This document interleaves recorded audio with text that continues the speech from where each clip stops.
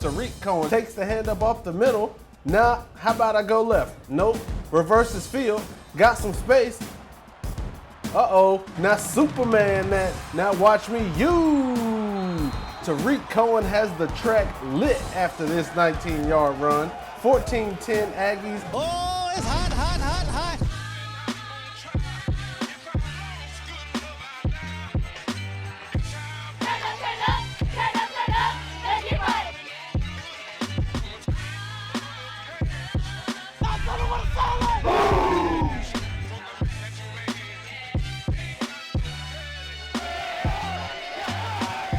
Well, you know how we do it at HBCU game, man.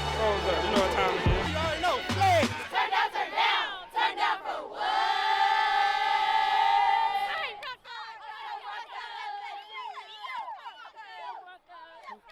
Thank y'all. What's up, everybody, and welcome to the No Huddle. I'm Tolly Carr, an exciting show on the way just for you, and it's not going to be just me. I have an entire crew. Let's bring them in. These are the guys that I go to battle with. This is my favorite text thread. This is my crew. Down in Houston, we have Dr. Cavill. What's up, Doc? We got Wally Pitt and Stephen J. Gaither. You know those two rascals already. Let's start with the new kid on the block, Dr. Kenyatta Cavill. He's from inside the HBCU Sports Lab. You know everything about the SWAC, Doc. Jackson State. Man, they have an opening for a football coach again. Surprise, surprise. What's Jackson State going to do? Yeah, it's a little bit surprised about the timing in terms of Jackson State, but something tells me something is really in the water for them to make this kind of news. We've heard all things floating around about, is it Jay Hobson after he was released from Southern Mississippi, or is it this primetime dude out of Dallas, previously from Atlanta? When I talk about Dallas Cowboys, San Francisco 49ers, and prior to all that, he really made his name as an Atlanta Falcon. Something tells me that that story is real. So do not be surprised knowing Ashley Robinson, the VP of Athletics. You know, I've worked with him when he was at Prairie View A&M University for a while, and I got to know that he likes to make the news. Big-time headlines, and it can't get much bigger than Deion Primetime Sanders. So something tells me that's real. Hey, Doc, I like the way that sounds. Covering primetime every week, I'll sign up for that, but we'll see. It's not a done deal, but it's fun to speculate about that. Wally Pitt, let's talk about things that are real for sure. HBCU players in the NFL, another season kicks off. It'll be a lot different this year because of the pandemic, but who are you looking for? Who are you going to have your eyes on this year and maybe get in your lens before it's all said and done? Oh, man, fingers crossed, man. Getting into an NFL game right now seems really, really tough. But this year is special. It's a little bit of a changing of the guard. A lot of the older, entrenched HBCU NFL guys are gone. And you've got guys like Javon Hargrave, who just got a big old bag from Philly.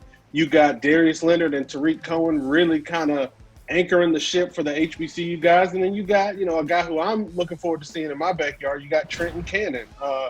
Like his coach said a few years ago, he's an NFL guy, and he's proven it. He was with the Jets. Now he's with the Panthers. And, the Panthers were really high on this guy, Reggie Bonifant, who was like a fan favorite.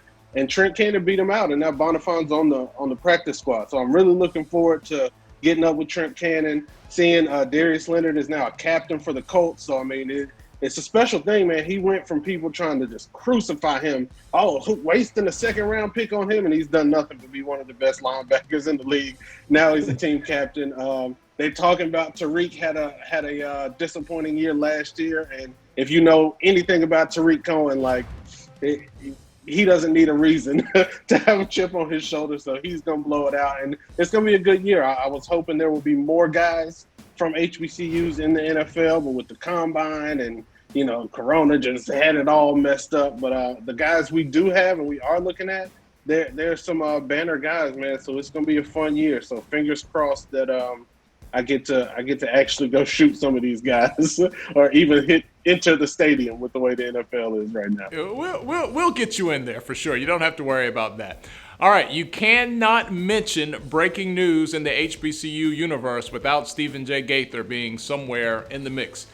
Steven, just the last couple of weeks, man, we've unfortunately had some sad news, both with former players and coaches passing away.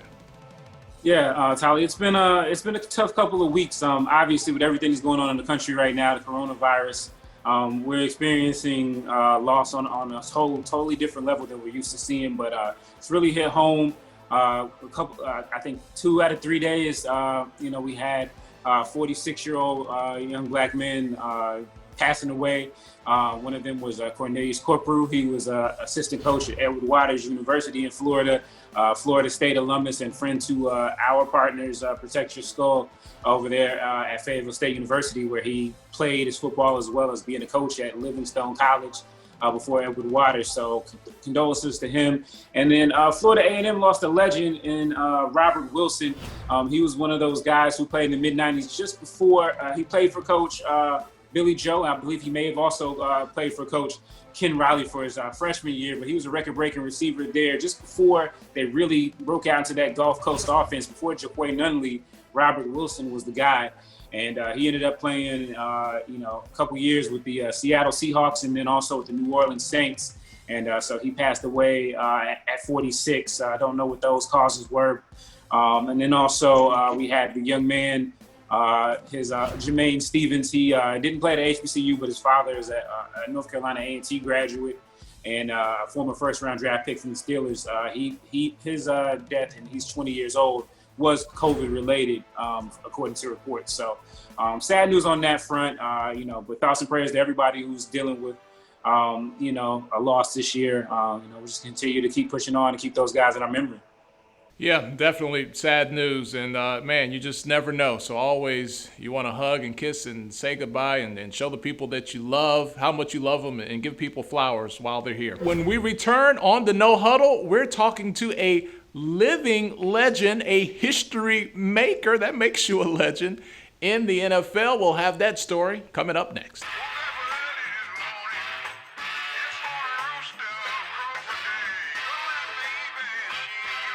Hey everyone, welcome back to the No Huddle. I'm Tali Carr, and we have a new contributor to HBCU Game Day this season.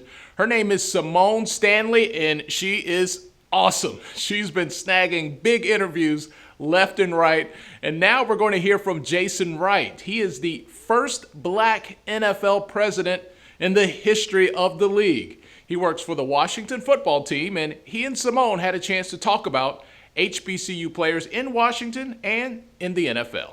Washington football team currently has one active player from HBCU on the roster. Danny Johnson, defensive back out of Southern University. Very, young, excited guy to make a name for himself in the league. What do you think can be done to provide more opportunities of exposure for the next black college athlete? It's a good. We have a legacy here at the Washington football team of HBCU athletes, not just excelling, but transforming the landscape of football itself. Doug Williams is still here in the building. There's a legacy here of understanding that great talent can come from all sources, and most certainly from historically black colleges and universities. That said, I think the fact that we have a guy on the squad now opens the door for more, right? That's typically how it works. The scouting department goes one place, they go to a source, they get great talent, and next thing you know, they're looking back there because they had a great experience. There's probably something that can be done systematically, all of that stuff. I don't know, though, because I'm not on the football side. Those are Coach Rivera's decisions. But I'm happy that we do have Danny on the squad. And more so, I just want to espouse something important about HBCUs beyond athletics. And that's that if you attend a black person who attends a historically black college is 30% more likely to graduate than they do if they attend a PWI, predominantly white institution. Those are facts. Negro College Fund did that research. And for me, as someone who values and understands the value empirically of a black person with a degree in the marketplace, what that means for social elevation, what that means for wealth generation, what that means for closing the racial wealth gap, and closing all of the systemic and eliminating or reducing all the systemic things related to that wealth gap, HBCUs are now more important than ever. And so whatever can be done to provide resources to HBCUs, whether it's sports programs or, academic infrastructure or, unrestricted funds so that they can become financially stable, it is the right time to support HBCUs at a time when Black talent needs it more than ever. For sure. And even just as simple as Chris Paul wearing different shoes to his playoff games, like it's just the little things that, build up to, the larger things. So and you had a big move recently where, I'm forgetting the kid's name, who was a top 5 basketball recruit. Who committed to Howard, right? Like, that is a substantial step. That is a substantial step, and hopefully that pays dividends, that becomes a funnel of talent to Black colleges. Especially coming from someone so young, because I know when I was in high school, I was not thinking, long term enough to be like, I can, make a whole movement and make a change just where I decided to go to school. I was like, I'm going down the road. Of my friend circle, I think 80% of us went to historically Black colleges and universities, and I'm one of the ones who didn't because of athletics. It would be great if folks didn't have to make that trade-off or didn't feel like they could make that trade-off. And I think Bakori has really pioneered the way and showed, a level of resolve and confidence in himself, first and foremost, to make that decision. I wish I would have had that sort of gumption when I was coming through. Yeah, well, we're definitely glad he had it, and I can't wait to see what he does with it. Lastly, you talked a lot about, legacy. Give me 2 bold words now, 2 bold words that you want people to remember you by in your position with the Washington football team. I'm gonna ditch the 2 words. I can't think of 2. I want people to think he stood on the shoulders of giants, because I want them to recognize so many people paved the way here. There are 2 other senior Black sports executives in basketball, and there are many folks that, pushed and poked on this glass ceiling in football and allowed me to step through very seamlessly. So I would want people to say he stood on the shoulders of giants, and he made good on the promise, and he made good on the promise. And if people can say those 2 things about me, I'll be very happy.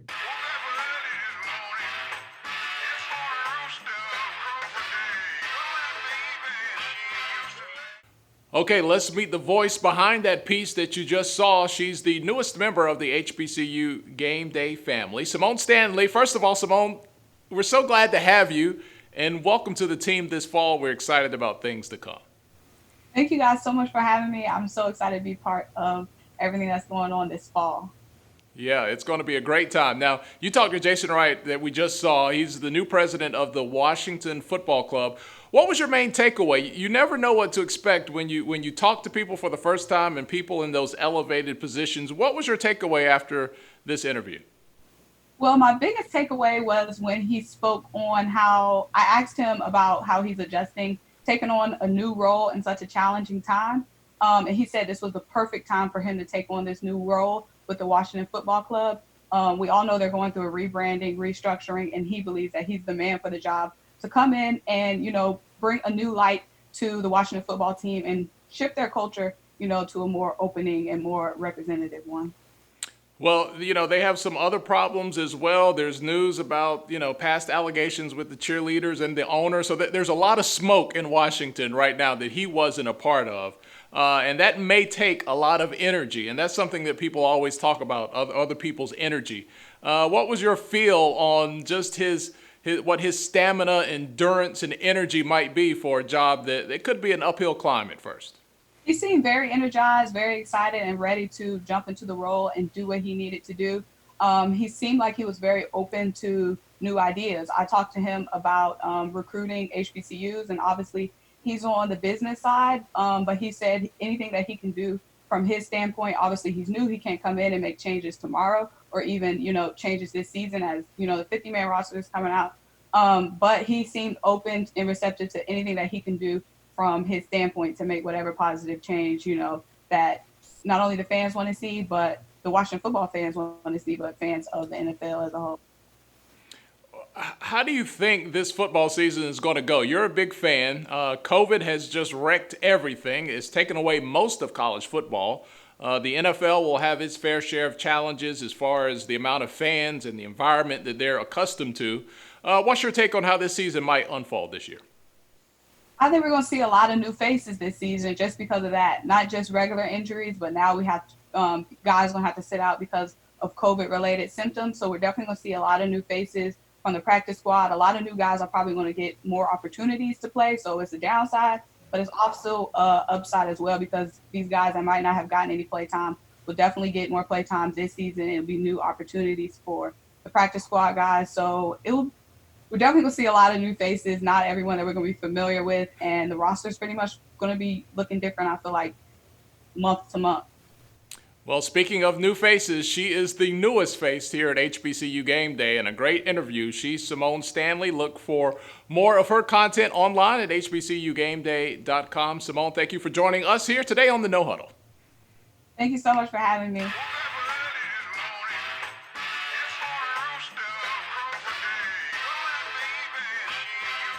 Welcome back to the No Huddle. I don't have to explain to you why we don't have football in the fall because of the coronavirus, but some people, and the SWAC has led the way on this, talking about playing football in the spring. Others may indeed follow. But if you are an NFL prospect, the idea of playing football in the spring, not such a great idea. So some athletes have decided to forego the remainder of their eligibility. Our HBCU Game Day crew has more on the story. Given the impact that COVID-19 has had on sports, the idea of HBCU football in the spring may seem like a best-case scenario. But for players who consider themselves NFL prospects, starting a season at the same time they should be doing in-person workouts and pro days doesn't seem like a realistic way to hear your name called in the draft. And ever since the news that the 2020 football season was taking a hiatus, we've seen HBCU football's NFL prospects do what they think is best for them to have an NFL career. In July, South Carolina State defensive lineman Roderick Perry decided to transfer to the University of Illinois. In August, North Carolina A&T All-American offensive tackle Dante Keys transferred to Florida International. And in September, North Carolina Central defensive back Brian Mills decided to sit out of any potential upcoming spring football in the MEAC to prepare for the NFL draft. His decision came on the heels of being announced as a member of the top 250 watch list for the Reese Senior Bowl. This was also the decision that FAMU offensive tackle Calvin Ashley decided to make for himself back in July. As a former five-star prospect who transferred to FAMU from Auburn in 2019, Ashley anchored the Rattlers O-line during their 9-2 season last year. And our Corey Staples caught up with Calvin over the summer to discuss what went into his decision to forego the spring to pursue his dream. You kind of shook up the HBCU world when you committed to FAMU in the first place. Right. You kind of, what was that process like for you, and what ultimately led to your decision to commit to FAM? Right. I was at FAU. I had left Auburn in the spring of 2018. In the spring of 2019, I came to, went to FAU. I had a family. I had a wife and son who was already in Tallahassee. So going back and forth, it came to a point where my son didn't even recognize me, So that just, as a father, that hurts a little bit.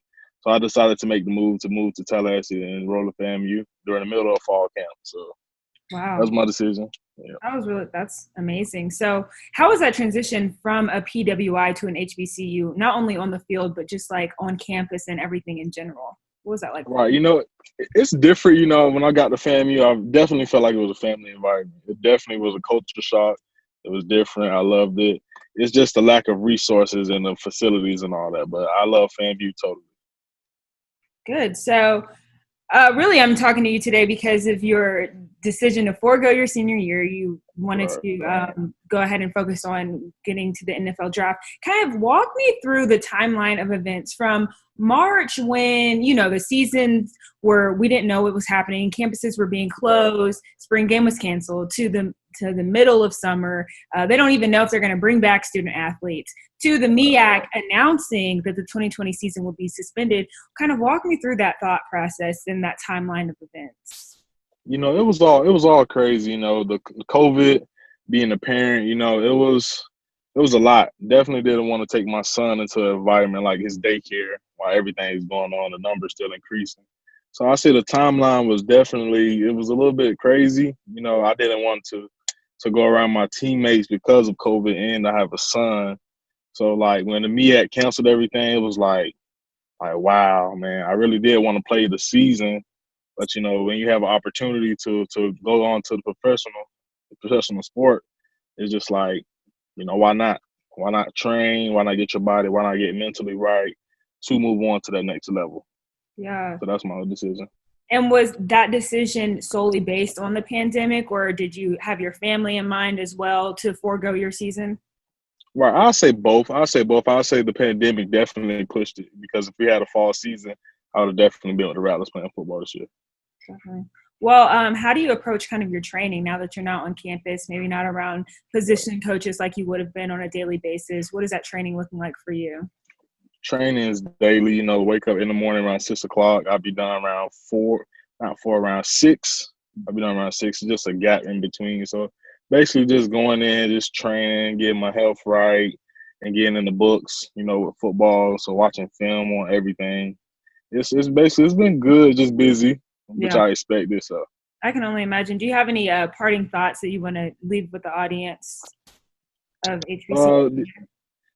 Definitely, I feel like it's definitely going to be a change of events in the HBCU athletic community, definitely in the coming years. And things are going to look definitely better, especially at FAMU. Now the new facility is there. So it's going to be great. Yeah, I'm really interested to see how many people follow your lead. I think you've been a trailblazer, even committing to FAMU, and now, deciding to forego your season. I think there are going to be a lot of athletes that follow suit and end up just foregoing that last season to pursue the NFL. So Indeed. Nice to see you, but I wish you the best in your career and everything like that. Thank you so much, Corey. All right, no problem. Thank you for speaking with me. Hey, thanks again for watching another great episode of the No Huddle. We do it every Sunday on Aspire TV at 12 noon, and you can always find it at hbcugameday.com. A lot of great things happening at our website. You're like, you kind of like this? You want 10% off? Is that up your alley?